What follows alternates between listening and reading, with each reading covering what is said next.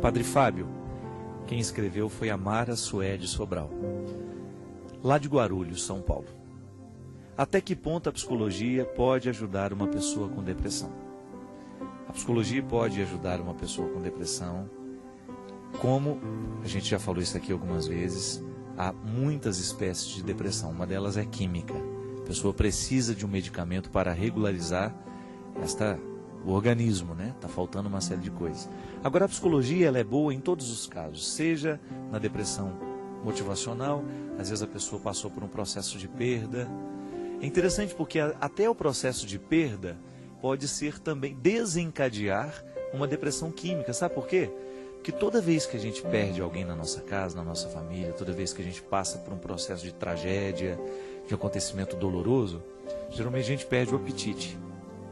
Quando a gente perde o apetite, a gente entra dentro de um ciclo vicioso de não se alimentar bem.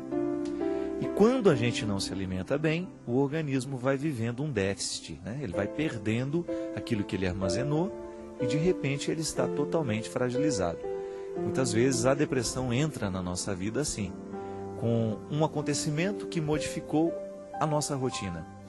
Não é só o acontecimento, né? Mas é o tanto que a rotina foi modificada que às vezes define um quadro de depressão. Então a pessoa tinha uma atividade física. Por causa daquele momento de tumulto, de muito trabalho, ela parou de fazer a atividade física. Muita gente fica deprimido ali, nesse momento. Quando ela perde a rotina, quando ela deixa de fazer o que ela fazia, quando ela entra dentro de um outro ritmo e aos poucos ela vai entristecendo. Há uma pesquisa interessante que foi feita, estava lendo outro dia sobre isso, que um grupo de pessoas lá, 100, 200 pessoas, que tinham atividade física regularmente, e você sabe que para ser considerada atividade física é preciso ser no mínimo 3 vezes por semana com um espaço de tempo 30 a 40 minutos. Fora isso não é atividade física, viu? É vida sedentária mesmo. Se você não tem a regularidade de 3 dias na semana, de meia hora a 45 minutos de atividade física, é vida sedentária. Então essas pessoas que tinham uma atividade física, isto é, acima de 3 dias ou mais, elas foram retiradas das atividades físicas. E 87% destas pessoas tiveram sintomas de depressão após 3 meses. Algumas começaram a viver um processo de tristeza mais intenso, com algumas semanas, e depois de 3 meses, muitas dessas pessoas estavam com quadros de depressão estabelecidos. Muito interessante. Então a gente precisa tomar cuidado. Agora, o que a psicologia faz? Justamente ajudar a gente colocar as coisas no lugar. É não deixar que a rotina seja tão alterada.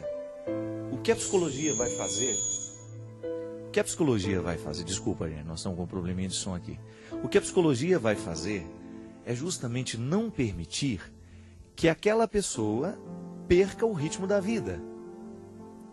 O que o processo terapêutico ajuda, minha gente, é a gente não perder o fio da meada, na expressão popular, né? Porque isso é muito interessante, é o esforço que a gente faz para que aquele acontecimento não nos mate também. E aí você vê a reação de muitas pessoas que logo em seguida, olha, eu vou voltar a trabalhar, eu não vou ficar trancado dentro de um quarto escuro, porque minha vida precisa continuar, eu tenho filhos para criar, eu tenho um marido que precisa de mim, eu tenho uma esposa que precisa, eu tenho filho, eu tenho pai. Enfim, você descobre um motivo para você não parar. Gente, a depressão ela chega na nossa vida aos poucos, não é da noite para o dia. A não ser que seja uma tragédia que aconteceu, um acidente que morreu uma pessoa e aquilo nos retirou o chão, nos retirou a tranquilidade, mas o processo do luto, e o Freud nos ajuda a entender bem isso, o que é organizar o luto para Freud? É justamente você viver o processo do lamento, do choro, mas como reconstrução. Então aí a gente descobre que é possível a gente fazer do momento da dificuldade um trampolim para a mudança. Nós não permitimos que a realidade seja definitiva. Nós não permitimos que aquele fato desastroso venha prejudicar o andamento da vida. qual é o grande desafio, né? Para a gente que vive esta luta constante? Porque todos nós estamos vivendo constantemente essa luta, todos nós temos motivo para ficar deprimidos. Se você quiser, você encontra na sua vida todo dia motivo para ficar deprimido. O que vai fazer diferença para a depressão não entrar na nossa vida é a gente reagir na hora. É quando você permitir, olha, eu estou parando de comer direito, estou comendo muita bobagem, eu não estou me alimentando do jeito que eu preciso, eu não estou fazendo uma atividade física, eu estou permitindo que o meu tempo seja estressante demais, tudo o que eu faço na vida é muito estressante, eu não estou tendo tempo para o meu descanso, eu não estou tendo tempo para o meu repouso. E aí você então, você encontra e descobre em você mesmo as armas para lutar contra esse processo, que às vezes é tão doloroso na vida de uma pessoa e que leva até o suicídio, gente. Hoje nós temos muitos casos de depressão que chegam, né? Que chegam ao extremo do suicídio. Então a gente precisa tomar muito cuidado. Você mesmo. É uma pergunta boa. Como é que você está administrando as suas tristezas? Como é que você administra as suas dificuldades na vida? Como é que você administra os seus dissabores? Aquilo que fugiu ao seu controle. Eu tenho uma facilidade de me irritar muito, né? Eu fico irritado com muita facilidade. E administrar a irritação é um jeito...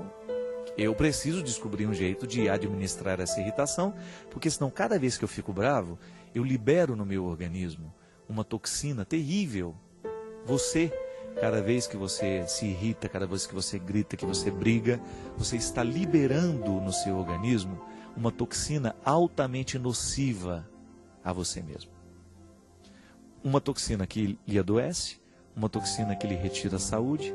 Por isso que quem fica bravo o tempo todo, em pouco tempo vai ficando contrariado demais, a pessoa vai adoecendo. Se bem, eu me lembro que a minha mãe, uma vez ela voltou do médico, ela falou assim, o médico falou que eu não posso mais ter contrariedade. Eu falei, então nós vamos ter que matar a senhora. Que quem não pode ter contrariedade nessa vida? Todo mundo tem contrariedade nessa vida, não é verdade? Então, se não pode ter contrariedade, nós vamos ter que matar a pessoa. Não, não se trata disso. Não é que eu não tenho que ser contrariado.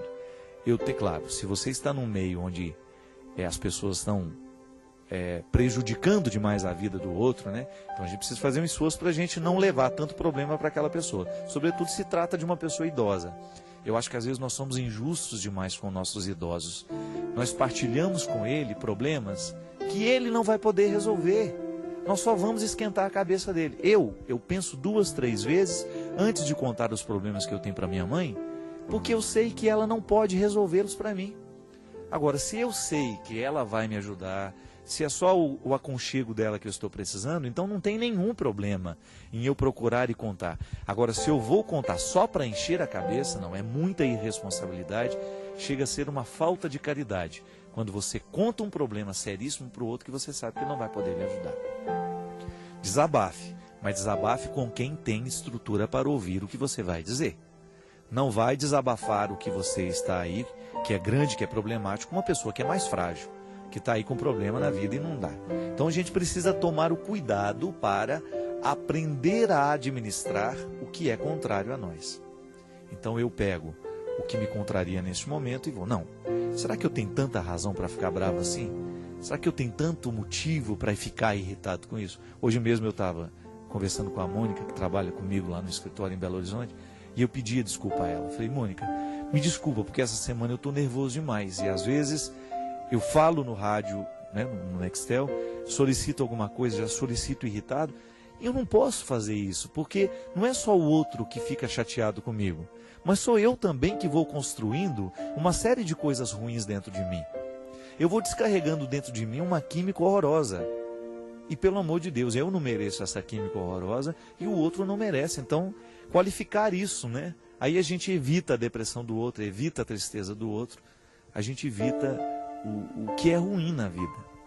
A gente sabe que é difícil, porque na hora que você está com o sangue fervendo, mas é bom a gente sempre lembrar disso, não custa. E reconhecer isso é tão bom, a gente se compromete, né? Eu não quero esconder os meus defeitos, eu quero contá-los para eu me comprometer com aqueles que sabem que eu tenho tal defeito.